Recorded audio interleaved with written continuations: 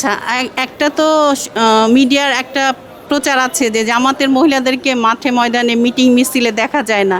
তো এ ব্যাপারে আপনি কি বলতে চান? আসলে দেখা যায় না বললে আমি বলবো কথাটা একদম রং, ভুল।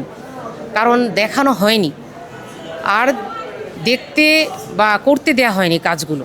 বিষয়টা হচ্ছে প্রথমত এটা, কারণ আপনি একজন জার্নালিস্ট হিসেবে আপনি জানেন যে জার্নালিস্টদেরকে পর্যন্ত যে খড়গ ঝুলিয়ে দেওয়া হয়েছিল ডিজিটাল অ্যাক্ট নামে, তারাও কিন্তু সেই রকম রিপোর্ট করতে পারেনি।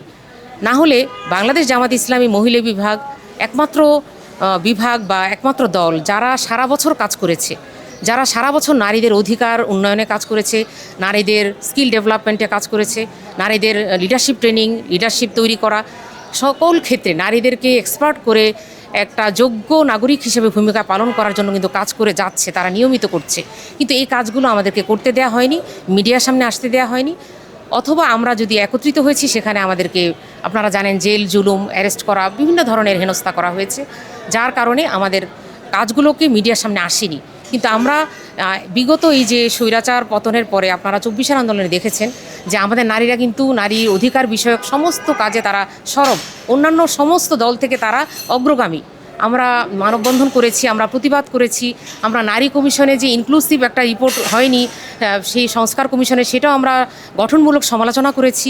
আমরা আমাদের নিজস্ব যে এজেন্ডা আছে, আমাদের যে রূপরেখা আছে, সেটা আমরা তুলে ধরেছি।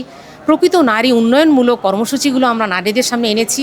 প্লাস আমি যে কথাটা বলবো সেটা হচ্ছে যে নারীকে যে ইকুয়ালিটি বলে নারীকে মূল্যায়ন করা হয়েছে, সেই বিষয়টা আমরা সচেতনতার সাথে নারীদের সামনে তুলে এনেছি। সেটা হচ্ছে যে ইকুইটির ভিত্তিতে নারীকে মর্যাদা দিতে হবে, অর্থাৎ নারীর ন্যায্যতা, নারী প্রায়োরিটি পাবে, নারী নট শুধু ইকুয়াল, নারীকে প্রায়োরিটি দিতে হবে। এটাই কিন্তু আসলে একটা সমাজের জন্য নারীর যথেষ্ট মর্যাদাজনক একটা অবস্থান। আমরা এই বিষয়ে সবসময় কথা বলেছি, এখনও বলছি, এবং এই অনুকূল পরিবেশ থাকলে সামনে ইনশাল্লাহ আমাদের এই ধারা অব্যাহত থাকবে।